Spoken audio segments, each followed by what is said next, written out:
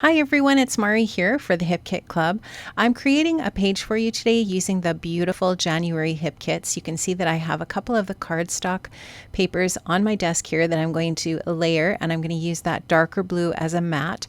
You can see that I'm also going to be using these fringe embellishments. These are so fun, and I just wanted to use these as strips over on the right side of my project.